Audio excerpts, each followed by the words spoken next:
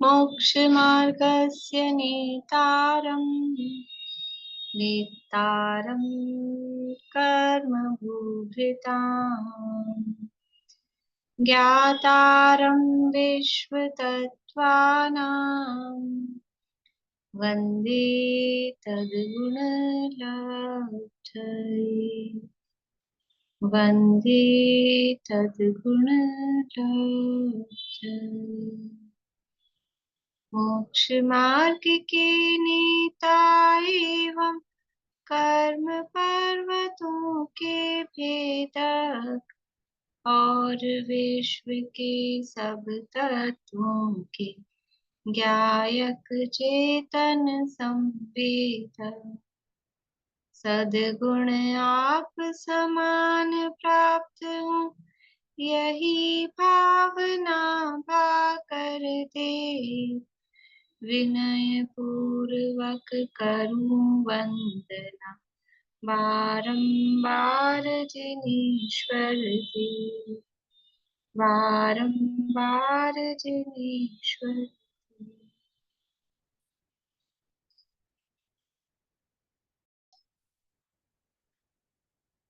तत्वार्थ सूत्र नामक के महाशास्त्र है आचार्य उमास्वामी देव द्वारा रचित। इसके अंतर्गत तीसरा अधिकार अध्याय अपना चल रहा है और उसमें जम्बू द्वीप का वर्णन हम देख रहे हैं। जम्बू द्वीप में 6 कुलाचल 7 क्षेत्र और कुलाचलों के 6 सरोवर और उनके माध्यम से 14 नदियां, ये प्रमुख रचनाएं हैं। इस जम्बू द्वीप के बीचों बीच नाभि के समान हाथी के समान सुमेरु पर्वत स्थित है। उस सुमेरु पर्वत पर कितने अकृत्रिम जिनालय हैं? सुमेरु पर्वत पर कितने अकृत्रिम जिनालय हैं?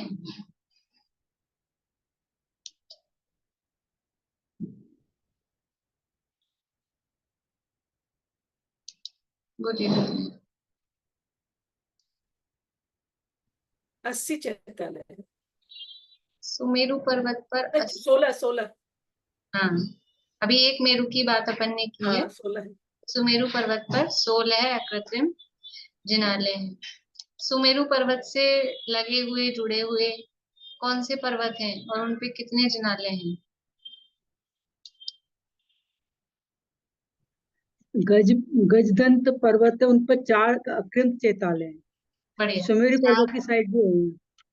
4 पर्वत हैं, गजदंत पर्वत जिन्हें कहते हैं, और हर पर्वत पर एक, इस तरह से 4 अकृत्रिम जिनालय उन पर है। अब ये सुमेरु पर्वत जहाँ स्थित है और जो गजदंत पर्वत इस तरह से हैं, तो वो जो एरिया है वो अलग अलग हो जाता है।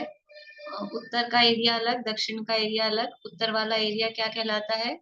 उत्तर कुरु नाम की भोग भूमि, और दक्षिण वाला जो एरिया है वो देव कुरु नाम की भोग भूमि।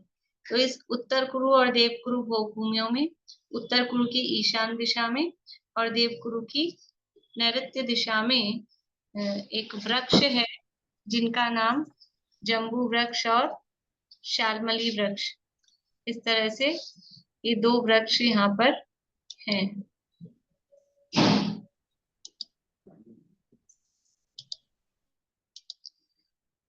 उनकी रचना हमने देखी थी।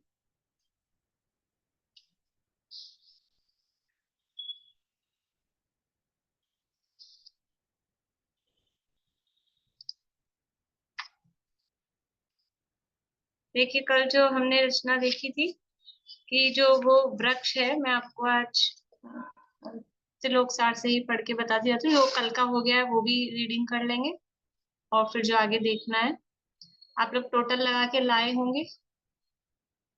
अभी पूछूंगी मैं आपसे। बोलिए चित्रा जी। दीदी कौन सा ये दोहा पर बता रही है? कौन सा? इसका उत्तर ये जम्बूद्वीप का सुमेरी पर्वत गजदंत पर्वत के बारे में बता रही थी ना, परसों बता रही थी, किंतु हमको उठ के जाना पड़ा बीच में, इसीलिए मैं नहीं पकड़ पाई। गजदंत तक का और ये देवकुरु उत्तर कुरु तक का हम सुन सके थे। तो अभी जो चल रहा है अभी तो आप सुन लीजिए, फिर जो कल की रिकॉर्डिंग है ना वो आप वापस से सुन लीजिएगा। ठीक है। ठीक। अभी छंद कौन सा चल रहा है? अभी ये सूत्र में नहीं है ये वाली बात, ऐसे ही कर रहे हैं, सूत्र में नहीं है।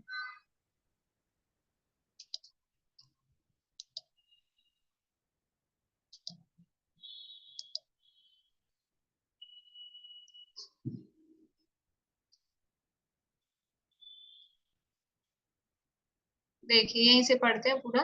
जम्बू वृक्ष का स्थान आदि परिकर यहाँ बता रहे हैं। तिलोकसार नाम का एक ग्रंथ है, उसकी 639 नंबर की गाथा है। गाथा का अर्थ पढ़ेंगे।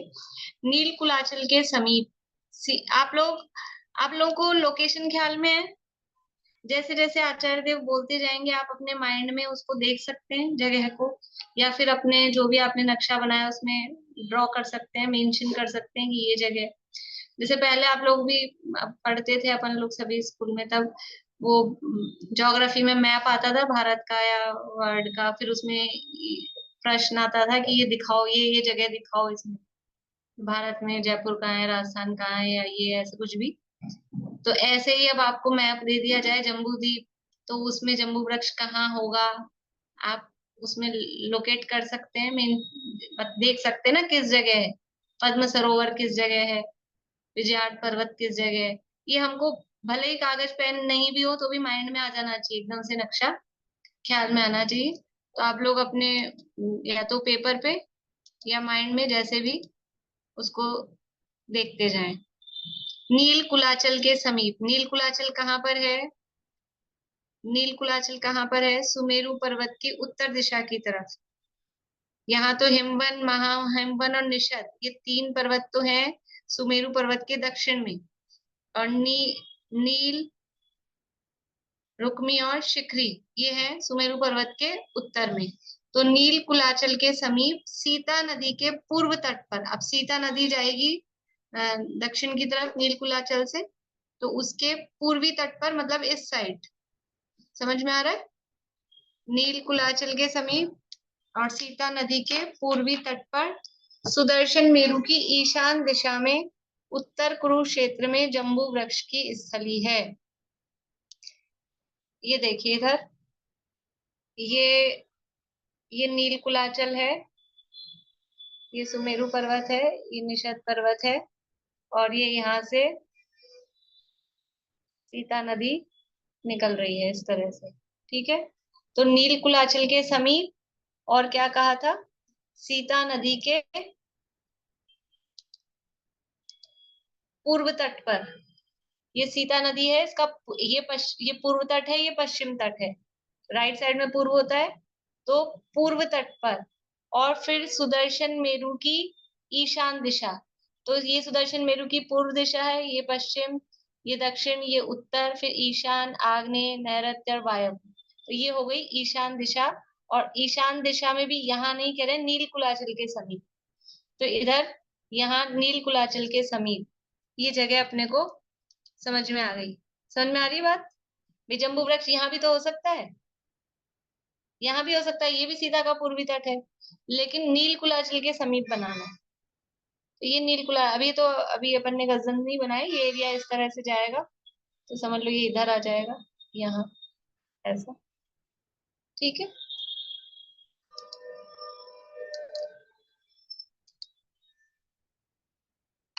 जिसका तल व्यास 500 योजन है। कल अपन ने देख लिया था कि वो भूमि पर जो उसका व्यास है, उसका डायमीटर है वो 500 योजन तल व्यास उसका है। आगे, वह स्थली अंत में आधा योजन ऊंची, बीच में 8 योजन ऊंची, गोल आकार वाली और स्वर्णमयी है। मतलब जम्बू वृक्ष जिस जगह है उस जगह की, वो उस स्थल को बता रहे हैं कि वो 500 योजन का जो एरिया है वो लास्ट में आधा योजन ऊंचा है, मतलब किनारों पे, और बीच में पहुंचेंगे तो वो 8 योजन ऊंचा, ऐसा गोलाकार और स्वर्ण में वो एरिया है। और उसके बीच में 8 योजन ऊंचा, 12 योजन व्यास, भूव्यास, और 4 योजन मुख व्यास वाला एक पीठ या पीठिका है। देखिए, कुछ चित्र तो मैं इसमें नहीं ले पाई हूँ।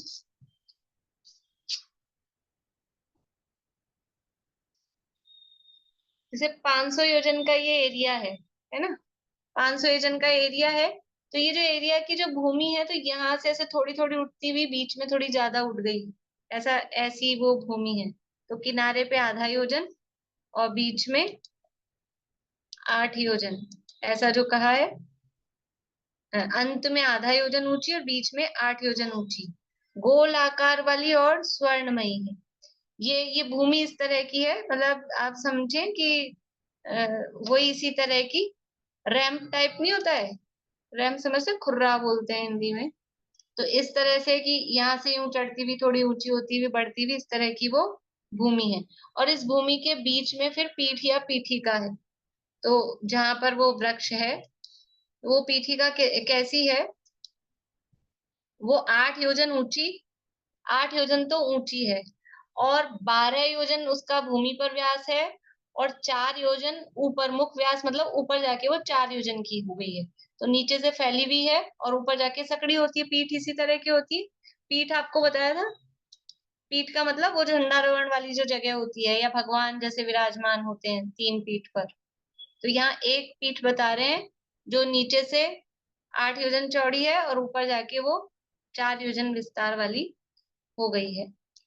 ये उसकी पीठ है। भूमि बता दी, 500 योजन की भूमि है, और वो भूमि भी ऐसे थोड़ी उठी हुई है, किनारों पे से आधा योजन उठी हुई है, बीच में जाके 8 योजन उठी है, और फिर उसके ऊपर ये बीच में पीठ है। तो वो जो पीठ है वो 8 योजन ऊंची है और 12 योजन नीचे से उसका व्यास है, और 4 योजन ऊपर की तरफ टॉप पर उसका व्यास है। उस स्थली के उपरिम भाग में बाहर बाहर एक दूसरे को वेष्टित करती हुई स्वर्ण वलय सदृश आधे योजन ऊंची और ऊंचाई के 8वें भाग प्रमाण, तो आधे का भी आधा, आधा योजन, 1 योजन कितना होता है, आधा योजन का भी 8वां भाग, तो आधा योजन से ही करो आप।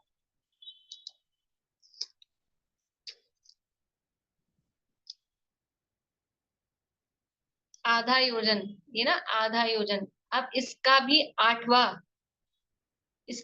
भाग, मतलब इसका 1/8 और करो, तो क्या आएगा, 1/16, 1/16 योजन। ठीक है।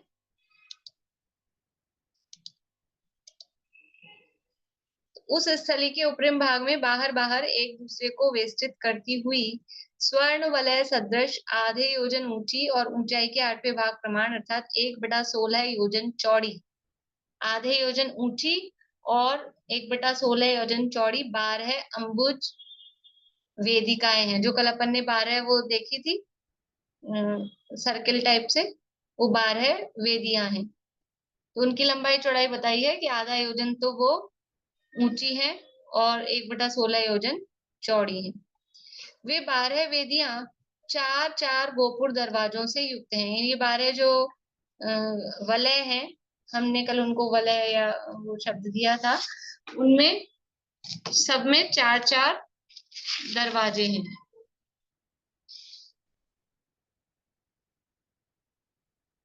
4-4 दरवाजों से युक्त है। बाह्य वेदिका की ओर से प्रारंभ करके प्रथम और द्वितीय अंतराल में शून्य अर्थात परिवार वृक्षादि कुछ नहीं है।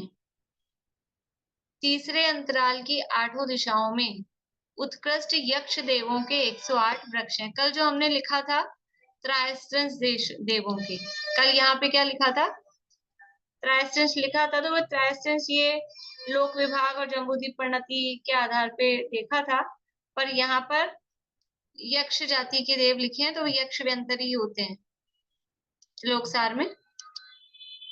देखिए, उत्कृष्ट यक्ष देवों के जाति निकलता है मुंह से। जो यक्ष है व्यंतर देवों में यक्ष होते हैं, किन्नर, किमपुरुष, महोरा, गंधर्व, यक्ष, राक्षस, भूत, पिशाच। तो ये व्यंतर देवों के ही निवास स्थान यहाँ पर हैं, ये समझ लेना चाहिए। यक्ष देवों के 108 वृक्ष हैं। पहली जो भूमि थी उसमें हमने देखा था कि पहली भूमि में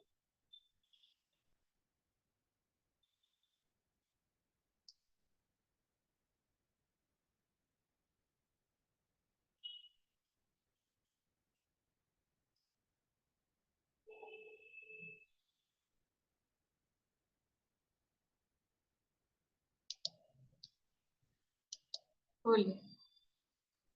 मतलब मैम इसका मतलब हुआ कि ये जो ट्राइस्प्रिंस है वो तो व्यंतर देव नहीं है, तो हाँ, व्यंतर। व्यंतरों में त्रायस्टेंस क्योंकि होते नहीं है, तो ये ज्यादा उचित लगता है, वो यक्ष। और तिल्लोय पन्नति में उसमें वेणु और वेणुधारी दिया है, तो वो भी उन्हीं के भेद है। तो त्रायस्टेंस की जगह यक्ष लिख लें, वो ज्यादा ठीक है। और मैम जो सामानिक जो उस दिन भैया जो बोले थे, भैया ने मतलब सामानिक भी तो इसमें नहीं होते हैं व्यंतर, और जो इसमें भवनवासी में नहीं नहीं, सामानिक तो होते, त्रायस्टेंस और लोकपाल नहीं होते। ये वो बोला वैमानिक देव होंगे कि ये मतलब भवनत्रिक होंगे, ये वाला भी कल क्वेश्चन आया था ना। हाँ, तो वो क्वेश्चन का आंसर ही बता रही हूँ कि वो ये व्यंतर देव है। सामानिक और सब मतलब व्यंतर देव ये हाँ, हैं, व्यंतरों जो में भी रहने वाले। सामानिक होते हैं, कल तो व्यंतरों में अपन भी अंदर से बाहर आ रहे थे, आज बाहर से अंदर आ रहे हैं। हाँ, ये थोड़ा इसमें डिफरेंस है, लेकिन वो अंदर से बाहर आना वो ज्यादा ठीक लगता है। एक्चुअल में क्या होता है, जो आचार्य के ऐसा होता है ना, कभी कभी बोलने का मतलब काल के हिसाब से भी, तो वो उन्होंने जो लिखा है हम उसको कैसे उसको समझ पा रहे हैं, अंदर से बाहर जाने वाली बात समझ रहे हैं कि बाहर से अंदर आने वाली बात समझ रहे हैं। तो एक बार देखते हैं वापस से मूल में।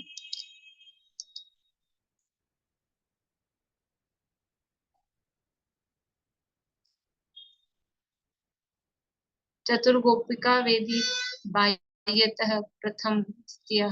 अब इसका इसका ये भी हो सकता है, वेदी बाह्यतः की बाहर जाने की, वेदिका की बाह्य वेदिका की ओर से प्रारंभ करके।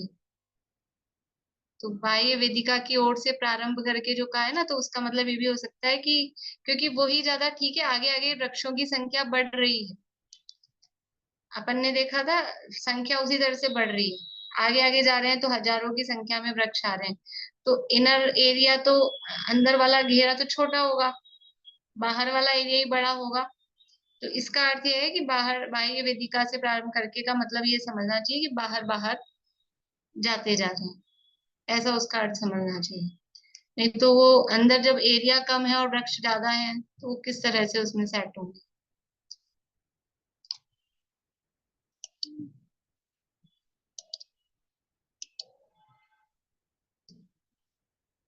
तो जो कल भी हमने देखा था कि जो सेकंड गैप है, तो यहाँ लिखा प्रथम और द्वितीय अंतराल में, मतलब पहली के बाद में वो पहले का और दूसरे का जो बीच का गैप है, उसमें तो वृक्ष आदि नहीं है, उसमें तो हमने देखा था कि वन है, वापिकाएं हैं। तीसरे गैप की आठों दिशाओं में उत्कृष्ट यक्ष देवों के 108 वृक्ष हैं, या टोटल आठों दिशाओं में मिला के 108 का है। कल हमने उसमें 27-27 चारों दिशाओं में देखे थे, तो ये थोड़ा बहुत अंतर अलग अलग ग्रंथों के आधार पे आ जाता है। कुल मिला के वृक्ष वहां पर 108 है, ठीक है।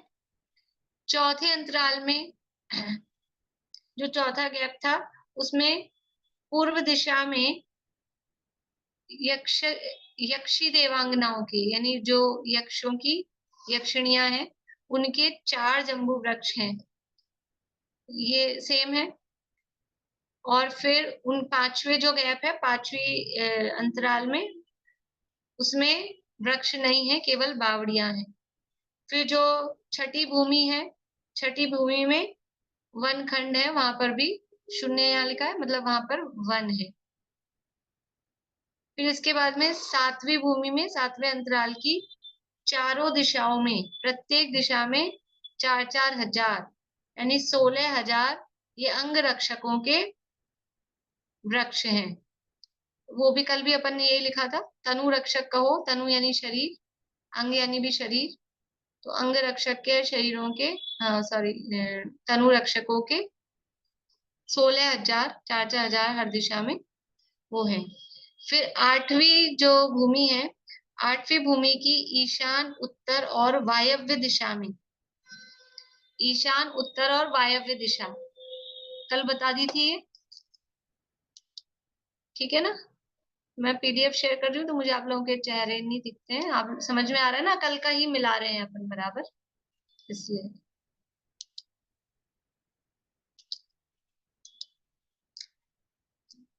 तो आठवें अंतराल में ईशान, उत्तर और वायव्य दिशाओं में सामानिक देवों के 4000 वृक्ष हैं। बोलिए। कल मेरे पे 3 दिशाओं में लिखवाया था। 3 ही दिशाएं बताइए अभी भी, ईशान, उत्तर और वायव्य। इसमें लिखा हुआ चारों दिशाओं में 4000। 3 दिशा, 1 मिनट रुकिए।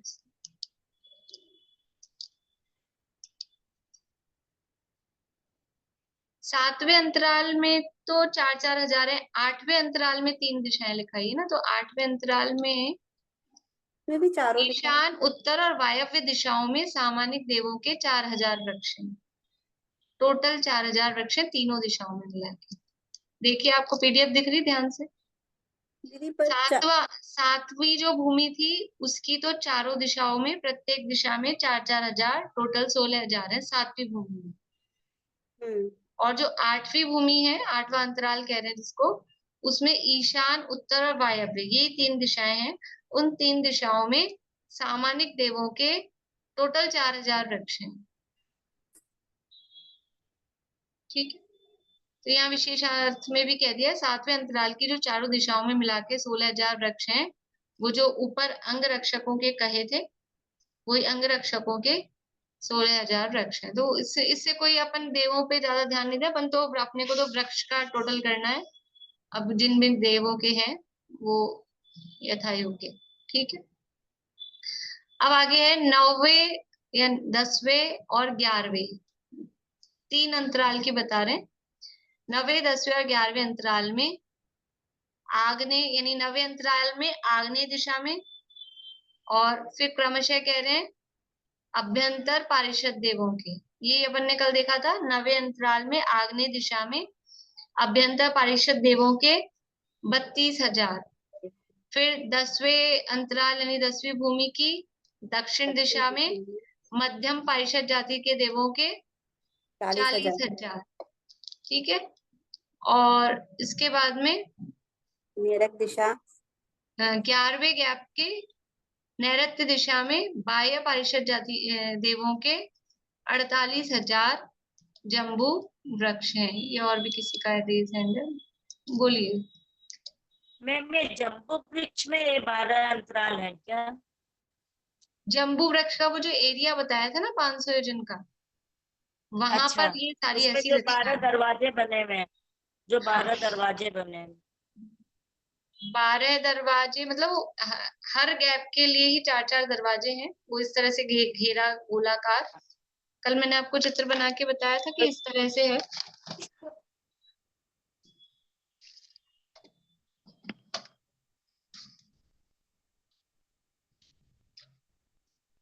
जैसे बीच में मेन वृक्ष है, फिर इस तरह से घेरे बने हुए 12 उसकी भूमियां और हैं। तो किस एक 108 है, फिर गैप है, फिर 4,000 है, 16,000 है, गैप है। वो इस तरह से जो जो बताया है वो इस तरह से यहाँ पर वृक्ष है।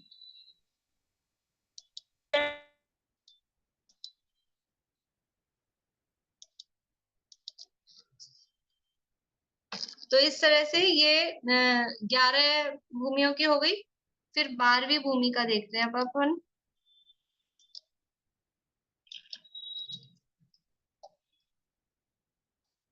बारहवें अंतराल की पश्चिम दिशा में सेना महत्तरों के, इसमें अपन ने लिखा था 7 प्रकार की सेना वाले, तो सेना महत्तर मतलब वही सेना के 7 वृक्ष हैं। केवल कितने हैं? सिंगल 7 7 वृक्ष हैं। एक मुख्य वृक्ष सहित सब परिवार वृक्षों का प्रमाण पद्म के परिवार पद्मों के प्रमाण से 5 अधिक है। पद्मों का प्रमाण कितना था? कमल कितने थे टोटल? पद्म सरोवर में कमल कितने थे टोटल?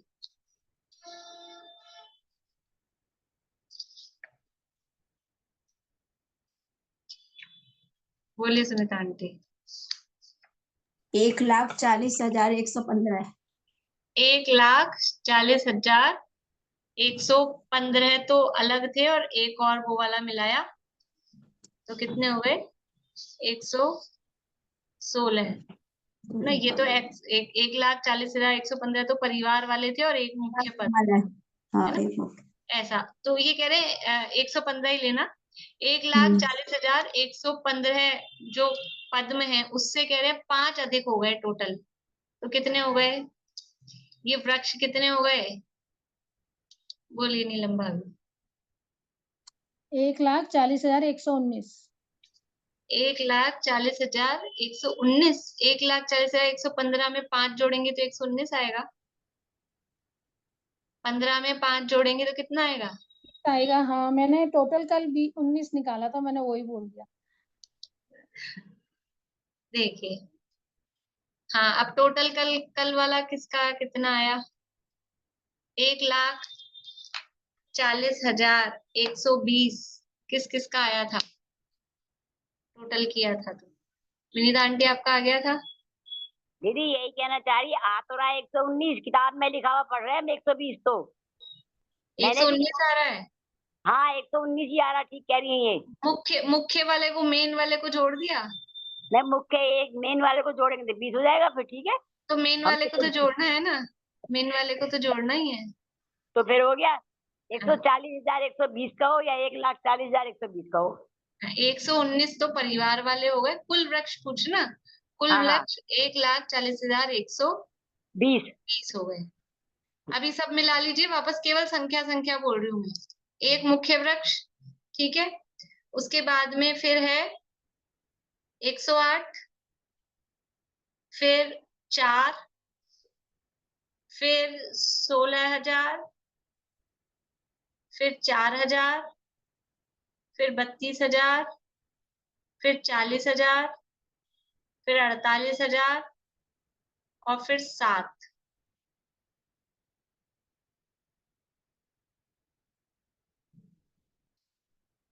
ये सबका टोटल, ये कुल मिला के जम्बू वृक्ष क्या का जो परिकर है, तो कोई भी महान आदमी होता है ना, अकेला नहीं होता है। तो ये जम्बू वृक्ष एक बड़ा महान वृक्ष है, तो अकेला वृक्ष नहीं है, उसका पूरा इतने वृक्षों का परिकर है। वो पद्म सरोवर में वो पद्म, वो भी अकेला नहीं था, इतने सारे पद्मों का उसका समूह था। ऐसे ही यहाँ पर ये समस्त वृक्ष हैं, 1,40,120 है, अनादि निधन है, सभी अकृत्रिम है, रत्नमयी है, पृथ्वी कायिक है, वनस्पति कायिक नहीं है, मरकत आदि मणियों के इनके पत्ते हैं, और सब वृक्षों पर अकृत्रिम जिन मंदिर है। लेकिन जो संख्या में गिनते हैं वो केवल मुख्य वाला जो वृक्ष है, जम्बूद्वीप वाला, जम्बू वृक्ष, उसी अकृत्रिम जिनालय को गिना जाता है। और इस जम्बू वृक्ष के कारण ही पूरे द्वीप का नाम जम्बू द्वीप रखा गया है। ठीक है, अभी किसी को इसमें कुछ?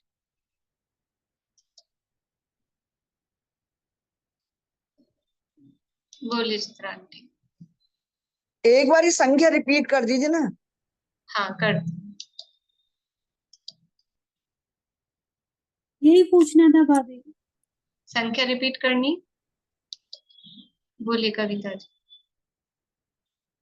मैम जो ये संख्या दिखती है इसका टोटल करना है, या 1,40,115 में 5 ऐड करके जो करेंगे वो 1,40,120 में आता है? वो तो आचार्य ने गाथा में, देखो गाथा में शॉर्ट तरीका बताने का ये होता है, इतने सारी संख्या बताती है 1,40,120, इसकी जगह उन्होंने कहा कि जितने पद्म थे उससे 5 अधिक कर दो, तो वो गाथा में ये कहा है।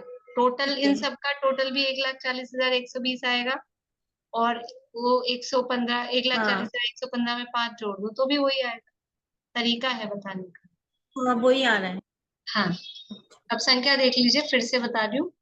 एक मुख्य वृक्ष एक, फिर इसके बाद में 108, फिर 4, फिर 16,000, फिर 4,000, फिर 32,000, फिर 40,000, 48,000 और 7।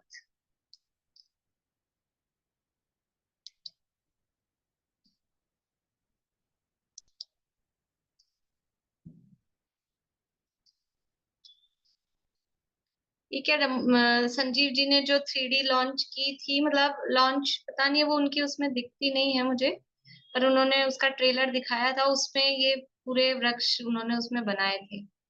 मैं देखूंगी, कोई मिलेगा तो पूछूंगी, तब वो आपको बताऊंगी। और विक्रांत जी की अगर ये वीडियो मैं आपको भेजूंगी, आप लोग देखना, तो वो एक बार देखेंगे तो और समझ में आ जाएगा। अच्छा, अभी अपन ने पढ़ ही लिया है, मैं डालूंगी विक्रांत जी की वीडियोस, तो आप लोग जैसे अपने समय के हिसाब से देखिएगा जरूर। और जिनको बड़ी स्क्रीन में देखने की सुविधा है, कंप्यूटर, लैपटॉप या टीवी, तो बड़ी स्क्रीन में देखिएगा, तो उसमें और ज्यादा अच्छा दिखाई देगा।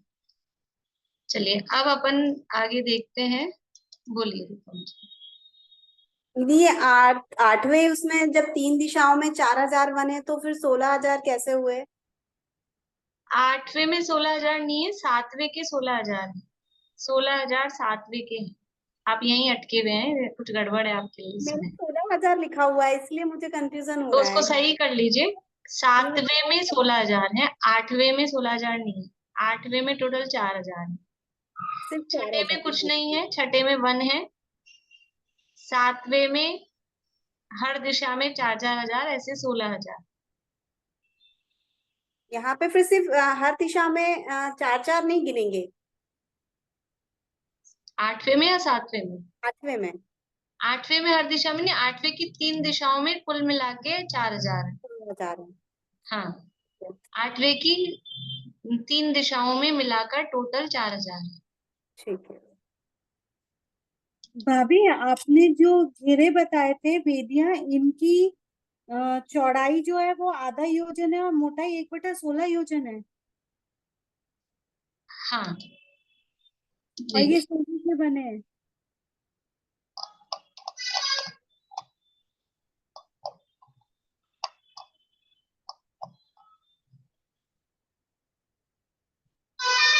ये जो मेन वेदी है ना, जो वेदी है, वो आधा योजन ऊंची और 1/16 योजन चौड़ी। चौड़ाई ऐसे और ऊंचाई ऐसे, तो आधा योजन ऊंची जो ये वेदी बनेगी ना, वो इस तरह से। देखो मैं आपको एक चित्र दिखाती हूँ, थोड़ा आइडिया लग जाएगा। वो जम्बू वृक्ष का नहीं है, लेकिन फिर भी मैं आपको दिखाती हूँ, तो थोड़ा आपको वृक्ष का आइडिया उससे लग जाएगा।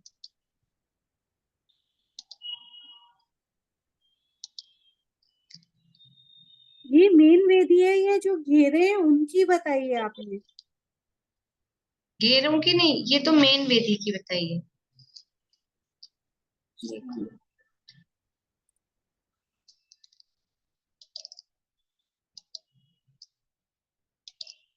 ये, पहले ये बता रही हूँ, ये जम्बू वृक्ष का चित्र नहीं है, लेकिन जैसे इस तरह का, मतलब ये तो अभी अपन जब भावन यंत्रों की चर्चा करेंगे चौथे अध्याय में, तब देखेंगे।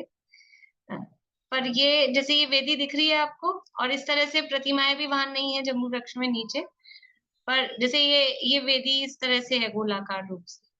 तो ये मैं केवल मोटाई और चौड़ाई दिखा रही हूँ कि ये जो इसकी मोटाई है, ये तो आधा योजन है, और ये जो चौड़ाई है, कर्सर दिख रहा है आप लोगों को?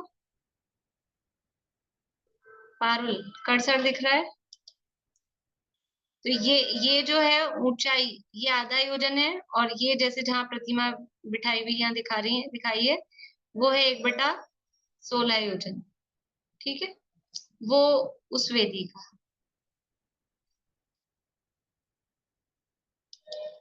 देखिए अब फिर से इधर से,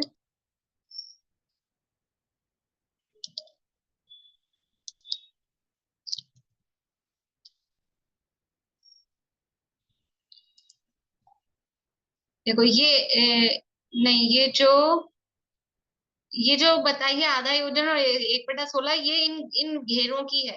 तो यही पूछ रही थी ना अभी, शायद मैंने उल्टा बोल दिया, उसको करेक्ट कर लेना। वो इन घेरों की है, आधा योजन ऊंची और 1/16 योजन चौड़ी। ये जो घेरे हैं, ये जो वलय बने हैं, इनकी है ये। और जो बीच वाली है, वो बीच वाली 8 योजन ऊंची और 12 योजन नीचे से व्यास और 4 योजन ऊपर से व्यास।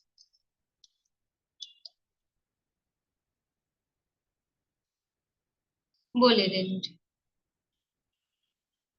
मैम जो पीठिका बनी है, जो एक के ऊपर एक बनी है, वो मतलब 500 योजन के मतलब जो 500 योजन में है, उसमें वो 8 योजन ऊंची और ये है ना 12 योजन, हाँ 12 योजन नीचे से और 4 योजन उसका व्यास है ऐसे। हाँ, और वो 4 जो योजन ऊपर, ऊपर से 4 योजन का है, हाँ ऊपर से नीचे 4 से योजन 12 का है, योजन का है, और उसकी हाइट है हाइट 8। 8 योजन है। और जो घेरा है, घेरा के अलग से है उसका आधा योजन और 1/16 हाँ, योजन। ये घेरे वाली अलग है, ये तो इस पे मेन वृक्ष स्थित है, वो है। और मैम एक के ऊपर एक मतलब हर का अलग अलग है ना ये विस्तार, हर वेदी का अलग अलग विस्तार है ना, हर भूमि के अलग अलग विस्तार हो गया ये। हर पीठिका की अलग अलग विस्तार हो गया ना हाँ ये। हाँ, तो हर पीठी का मतलब वो एक को घेरे हुए दूसरी है, तो उनकी चौड़ाई सबकी 1/16 योजन है। ऊंची ऊंची ऊंची ऊंची होती जाएगी ना वो, कि ऐसे ऐसे थाली के नहीं, आकार का होगा कि एक ऊंची दूसरे ऊंची को होगी? घेरे हुए है, ऊंची ऊपर नहीं जा रही है समोषण की जैसे, एक दूसरे को घेरे हुए वहीं। जैसे अपने समुद्र और ये है ये वैसे हाँ, जैसे जो। समोषण पे उसी जगह पर है ना, हाँ, वैसे ही वहीं उसी जगह पर घेरे हुए है।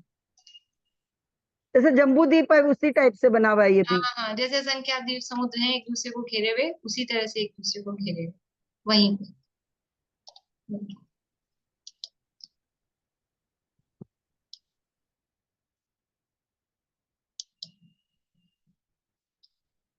ये जो 12 वेदियां हैं सबकी साइज एक ही हुई, बस फैलाव बड़ा बड़ा होता गया।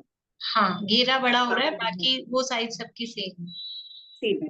तो वो जो 1/16 आप कह रहे हैं वो उसकी कटनी मान ले, जैसे कटनी, कटनी कह कटनी सकते मान हैं, ले। चौड़ाई मतलब जो चौड़ाई है वो हाँ। एक बटा और ये सोलह जम्बू वृक्ष एक ही है पूरे जम्बू द्वीप में, जम्बू वृक्ष एक ही है, उसके परिवार जो बता उन रहे हैं। सबका नाम भी कहने में जम्बू वृक्ष ही आता है, लेकिन वो मुख्य वृक्ष कहें, मुख्य हाँ, जम्बू वृक्ष को एक ही, मतलब अन्यत्र कहीं नहीं है, पूरे जम्बू द्वीप में ये एक ही है। ये एक ही। हाँ, और जो शाल्मली वृक्ष बताया वो भी एक ही है, वो भी इसी एक तरह ही। का है। हाँ, बिल्कुल ऐसा ही। अब सेम रचना शाल्मली वृक्ष हाँ। की, बस उसकी लोकेशन डिफरेंट है। बाकी सेम पूरी रचना इसी तरह की, 1,40,120 टोटल वृक्ष हैं, इसी तरह से हैं, लेकिन वो कहाँ पर स्थित है तो उसकी लोकेशन वो है। ये भोग म्यूट हो गया आप। हाँ, ये भोग भूमि में हुआ ना, उत्तर कुरु में जम्बू हाँ वृक्ष, हाँ और वो देव कुरु में आएगा। हाँ हाँ। तो अब शाल्मली वृक्ष कहाँ स्थित है, देखिए नक्शे में देख लेते हैं अपन।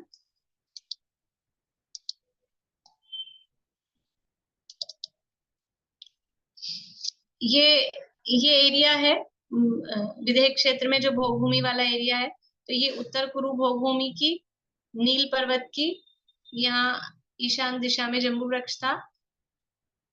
और अब ये देवकुरु भोग भूमि वाला जो एरिया है, निषद पर्वत के उत्तर में, ये निषद पर्वत है, इस निषद पर्वत के उत्तर में और सीतोदा नदी के पश्चिम दिशा, जैसे अपन ने वहां लोकेशन देखी थी, सीता नदी की पूर्व दिशा की ओर, सीता के पूर्व की ओर था जम्बू वृक्ष, अब ये सीतोदा नदी के पश्चिम की ओर और निषद पर्वत के निकट, और कौन सी दिशा है ये, नैऋत्य दिशा में ये शाल्मली वृक्ष स्थित है।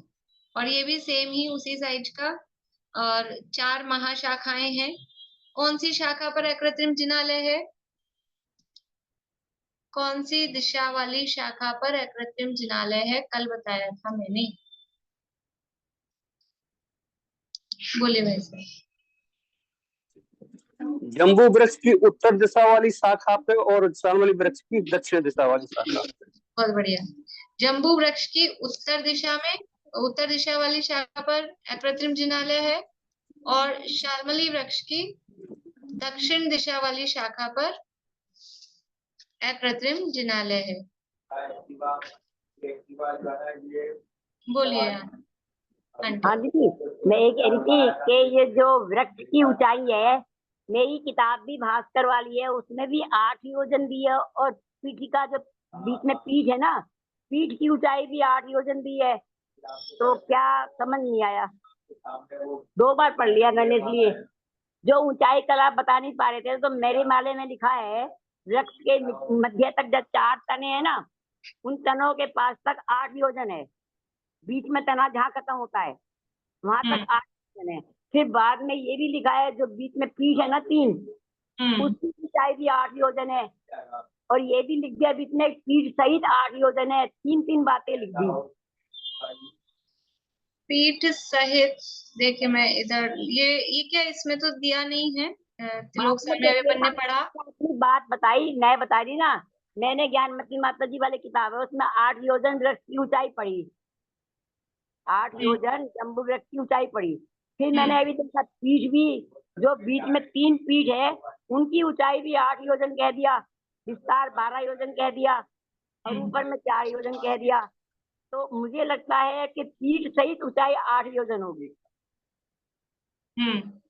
है ना? खाली पीठ थोड़ी 8 योजन की हो सकती है।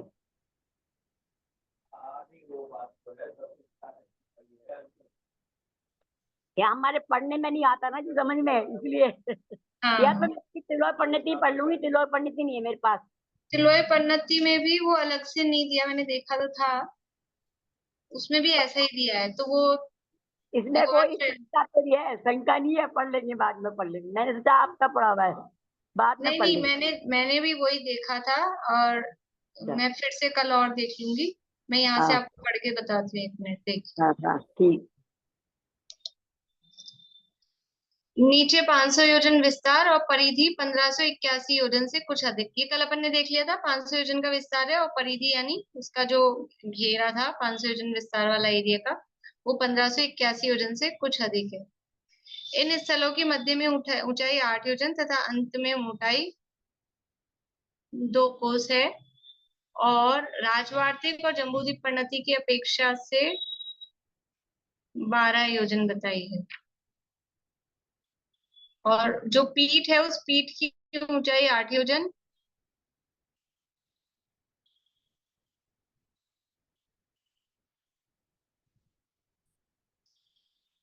चलिए कल मैं और इसमें देख लूंगी, राजवार्तिक में भी। और तिलोय पन्नती में तो मैंने देखा था, इसी तरह का था, और ये तिलोकसार से अपन ने देखा है। ठीक है दीदी, कंफर्म बता दूं। ठीक है ठीक है। ठीक है। तो और कुछ याद रह न रहे, वो ऊंचाई वो तो सब ठीक है, वो तो जिनको चित्र बनाने हैं वो करना है तो उसके लिए वो जरूरी होती है। पर अपने को क्या देखना है इसमें से, क्या समझ में आ रहा है कि एक तो आज तक हम ये समझ रहे थे एक जम्बू वृक्ष एक शालमली वृक्ष है, तो वो एक एक नहीं है, इतने हैं, लाखों की संख्या में, है ना। और एक ही अकृत्रिम जिनालय हम उस पर समझ रहे थे, तो अकृत्रिम जिनालय हर वृक्ष पर है। तो इससे हमको जिन धर्म की महिमा, कि जिन धर्म कितना पूरा तीनों लोकों में विस्तृत है, व्यापक है, फैला हुआ है, कि हर जगह अकृत्रिम जिनालय अनादि निधन बने हुए हैं, बने बनाए हैं, किसी ने बनाए नहीं है। अभी यहाँ समझ लो ये उंडाव सर्पनी काल है, और दूसरे प्रभाव ज्यादा है, तो हमारी जैन अल्पसंख्यक दिखते हैं, लेकिन वास्तव में जैन अल्पसंख्यक नहीं है। सब जगह जिन धर्म का ही फैलाव है, विस्तार है, जिन धर्म की महिमा आती है। और ऐसा ये देखकर ये कितने इतने कैसे वृक्ष हैं और किस तरह के वृक्ष हैं, और ये सारी इतनी बारीकी से जो रचनाएं, एक एक, अब एक एक आप समझो कि वो जमीन कितनी ऊंची मोटी फैल रही है, फिर उसपे पीठ कितनी ऊंची है, फिर उसका घेरा कितना है, इतनी इतनी रचनाएं सारी अपने को ये किसने जानी और किसने बताई? केवल ज्ञानी परमात्मा ने केवल ज्ञान में जानी, उनके माध्यम से परंपरा से ये अंग और श्रुत का ज्ञान, पूर्व का ज्ञान, ये शुद्धधारी मुनिराजों को आया, और उन्होंने ये अपने ज्ञान के आधार पर लिखा। नहीं, कौन अब नाप तोल करने जाएगा? अच्छा कोई पहुंच भी जाए बाई चांस, कोई रिद्धि विद्धि से वहां पहुंच जाए, जा सकते हैं, इसमें कोई असंभव बात तो नहीं है। वहां उत्तर कुरु देव कुरु भूमियों में रिद्धि के माध्यम से मान लीजिए कोई पहुंच गए, तो वो इंच टेप लेके नापने जाएंगे तो क्या नाप तोल कर पाएंगे कि अपन नाप आए? कि अपन ने पढ़ा था सुमेरु पर्वत इतना बड़ा है, तो चलो आज नाप लेते हैं, पहुंच तो आए ही हैं अपन यहाँ पर। तो ऐसा ये केवल ज्ञान गम्य ही है, ज्ञान में जाने जा सकते इतनी बारीकी से। आप और भी रचनाएं अपन ने देखी है, तो वहां कहीं कहीं पॉइंट्स वाले भी, इतने अंगुल और इतने ये इतने को, बिल्कुल पॉइंट वाले भी ऐसे राउंड फिगर में नहीं दिए हैं, कि क्या फर्क पड़ता है, कौन तो नापने आएगा। और अगर अकृत्रिम ही है तो राउंड फिगर में क्यों नहीं बना दी सारी संख्याएं? तो बनाया किसने? बनाया नहीं है ना किसी ने। कोई बनाता तो राउंड फिगर कर लेता, लेकिन वो तो है ओरिजिनल अकृत्रिम ऐसा ही है। इसलिए जहां पॉइंट्स में आ रही है उनकी संख्याएं पॉइंट्स में आ रही हैं, कि उनकी नापतोल पॉइंट्स में आ रही है, तो वो पॉइंट्स में ही है। इससे हमको केवल ज्ञान की महिमा आती है, और वो केवल ज्ञान की महिमा से अकेले केवल ज्ञानी भगवान की महिमा आती है। ये ऐसा ज्ञान का स्वभाव मेरा है। और ये सब जानकर, ये सब देखकर इच्छा नहीं होती थोड़ा सा कोई स्विट्जरलैंड का वर्णन कर दे, अमेरिका का वर्णन कर दे और पेरिस का वर्णन कर दे, तो क्या लगता है चले अपन भी वहां चले, वहां चले। नहीं, हम तो धार्मिक है, हमको वहां की इच्छा नहीं होती।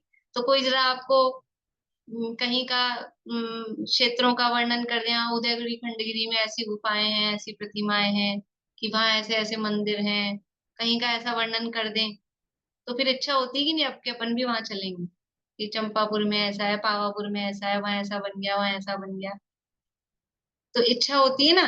तो अब ये सब देख लिया, जान लिया, तो केवल ज्ञान प्रकट करने की इच्छा होती है कि नहीं होती, कि अपन भी केवली बन जाए, अपन भी जान लें। यद्यपि इच्छा, केवल ज्ञान होता है वो इच्छा के अभाव पूर्वक होता है, लेकिन प्रारंभ में उसकी इच्छा तो होती, मतलब इच्छा पूर्वक ही वो काम होता है। तो हमको भी, अब वो केवल ज्ञान किसको होगा, कि जो देखने जाएगा एक एक को, उसको नहीं होगा। जो इधर एक को देखेगा उसको अपने ज्ञान में सब दिखाई देंगे। तो अपनी आत्मा को जानने की रुचि, जिज्ञासा, प्रेरणा वो इस प्रकरण से मिलती है। विचार करने पर खाली नापतोल में अटक के रह जाए, नापतोल के लिए नहीं है। नापतोल बताकर भी भगवान की और आत्मा के स्वभाव की महिमा ही हमको समझ में आती है, और वही समझ में आनी चाहिए। इसीलिए मैं बहुत ज्यादा अभी तो थोड़ा उपयोग लगाने के लिए अपन और फिर पढ़ रहे हैं ग्रंथ के आधार से, इसलिए। लेकिन वो नापतोल भूल भी जाए कदाचित, तो वो महिमा हमको ख्याल में रहनी चाहिए। ये जिन धर्म की महिमा है, और ऐसे अपने स्वभाव की महिमा है, ऐसी मेरी महिमा है। तो जितनी अपनी महिमा आएगी उतनी उसकी प्राप्ति की लगन अपने को लगेगी। तो अपने को जिज्ञासा होगी, रुचि लगेगी, रुचि लगेगी तो उस रुचि के अनुसार फिर काम आगे बढ़ेगा। तो हम सब अपने ज्ञान स्वभावी इस आत्मा को जाने, पहचाने, उसमें लीन हो, और ऐसा केवल ज्ञान प्रकट करें। फिर केवल ज्ञान में जानेंगे, ये भी जानेंगे कि हमने ऐसा पढ़ा था, लेकिन उस समय ये बस ये राग का परिणाम, जो हर्ष शोक का परिणाम है, वो नहीं होगा। लेकिन सब जानने में आएगा, ये भी जानने में आएगा, ऐसे जूम क्लास चल रही थी, ऐसे हमने पढ़ा था, वो भी सब जानने में आएगा, और जो एक्चुअल में है वो भी सब जानने में आएगा। इस तरह से यही पूरा करते हैं। बोलिए समझ। ऐसा पढ़ते हैं देवों के संयम नहीं होता, लेकिन हर महल में एक अकृत्रिम जिनालय है, तो उनके भक्ति भावना बहुत होती है, देव दर्शन की महिमा बहुत नहीं, होती वो उनकी भक्ति भावना होती है, वो वहां रहते हैं, वो तो है ही। लेकिन ये तो वो अकृत्रिम है ही। मतलब जो भी देवगति में जन्म लेगा, जो भी देव, तो जैसे अपने कोई जैन में जन्म लिया तो 40 दिन बाद उसको जिन मंदिर लेके जाएंगे दर्शन कराने एक बार, और फिर बाद में वो बड़ा हो जाए, फिर वो जाए ना जाए, वो एक अलग बात है। तो ऐसे ही देवगति में भी एक व्यवस्था है। कोई भी जन्मे, सबसे पहले जन्म होते ही पूरा युवा होते हैं, जन्म होते ही सबसे पहले उनका, जैसे अपने नहावन बोलते हैं, मतलब एक बार स्नान करा के, वैसे ही वहां पे भी एक जन्म का स्नान करा के सबसे पहले जिन मंदिर, वो जो भी आसपास के साथ के देव होते हैं, वो सबसे पहले जिन मंदिर एक बार तो वो लेके जाते हैं। और उसके बाद में फिर जिसकी भक्ति भावना होती है वो उसको कंटिन्यू करता है, तो वो मंदिर तो वहां होता ही है। अब जो नहीं मानेंगे वो कुल देवता के रूप में भले मानते रहे, और जो वास्तव में स्वरूप जान के मानते हैं वो स्वरूप जान के भी मानते हैं। दोनों तरह के देव होते हैं, सब तरह के देव होते हैं। तो कुछ देव कुल देवता रूप से ही उनको मानते पूजते हैं, लेकिन होते हैं सब जिनेन्द्र भगवान की, वितरागी सर्वज्ञ परमात्मा की। तो मिथ्या दृष्टि, सम्यक दृष्टि सभी जाते हैं सभी मंदिर जाते में। हैं, बिल्कुल। दीदी मुझे तो कुछ भी समझ में नहीं आया आज का। देखते अब खाली सुन रही हूँ। कल की YouTube पे आ गई है, कल की वीडियो सुनिएगा नहीं और तो फिर फिर आज से की वापस सुनिएगा, कल की सुनिएगा पहले, फिर आज की वापस सुनिएगा। और कुछ भी समझ में नहीं आया तो इतना समझ लीजिए कि जम्बू वृक्ष एक नहीं है, 1,40,120 है टोटल। जम्बू वृक्ष मुख्य तो एक है, लेकिन उसके साथ में इतने सारे वृक्ष हैं। उनकी स्थिति के बारे में जानना है, स्थिति नहीं समझ में आ रही है हमको। कोई बात नहीं, आप देख लीजिएगा, आ जाती है इसमें दोनों वीडियोस में वापस से, नहीं तो कोई बात नहीं। बोलिए कल। मैम 1,04,120 जो है उनपे भी जिनाले मतलब आकृति में जिनाले हैं जो वृक्ष हाँ, अपन ने लिखे। सब पे जिनाले हैं, लेकिन वो क्योंकि साइज में थोड़े छोटे होते हैं इसलिए उनको काउंटिंग में नहीं लिया। काउंटिंग में मुख्य वृक्ष वाले को ही लिया है। तो ये आपको क्या क्या ध्यान रखना है कि एक तो मुख्य वृक्ष पे 2 अकृत्रिम जिनाले अपने को जब गिनेंगे तो 2 वो, और कौन सी दिशा पर वो जिनाले हैं। जैसे हम पर्वतों पे कूटों पे देख रहे थे कि पूर्व दिशा की तरफ वाला है कि सुमेरु की तरफ वाला है अकृत्रिम जिनालय, ऐसे यहाँ पर अकृत्रिम जिनालय किस शाखा पर है वो याद रखना है। बाकी लंबाई चौड़ाई में कोई बात नहीं, वो थोड़ा बहुत वैसे भी अंतर ग्रंथों में मिलता ही है। ये बोलिए। शालिमर वृक्ष कितने हैं? शालमली वृक्ष भी मुख्य वृक्ष तो एक है और टोटल मिला के 1,40,120 वही है टोटल। बोलिए आशा। मेरा क्वेश्चन ये था कि जो देवगुरु है वो भोग भूमि है, उत्कृष्ट उत्तम भोग भूमि है, हाँ तो इसमें उत्तम भोग भूमि वाले मनुष्य भी तो होंगे शालमली वृक्षों के इधर उधर भी, अब क्या है? हाँ, अब उसकी चर्चा अपन करेंगे आगे। अब इसी आज मैंने सोचा था आज चालू कर लेंगे लेकिन नहीं हो पाई। तो वहां भोग भूमि है, पर फिर भी वो बहुत बड़ा एरिया होता है, और वहां क्योंकि देवों का निवास स्थान है तो, और भोग भूमि की व्यवस्था ऐसी रहती है कि वो जहाँ पे उनका घर परिवार, वो बहुत बड़ा बड़ा फार्म हाउस जैसा एरिया होता है, उसके बाहर निकलते ही नहीं, भोगों में लीन रहते हैं। 99% तो ऐसा रहता है, बाकी होते हैं वहां पे भी सब, लेकिन ऐसे हर कोई वहां चला जाए, जाने के भाव आए और चला जाए वृक्षों के ऊपर जिन मंदिर है, फिर देवता लोग उसके रक्षक है, तो हर कोई एकदम से नहीं जा पाता। हाँ ठीक। चलिए, जिनवाणी स्तुति।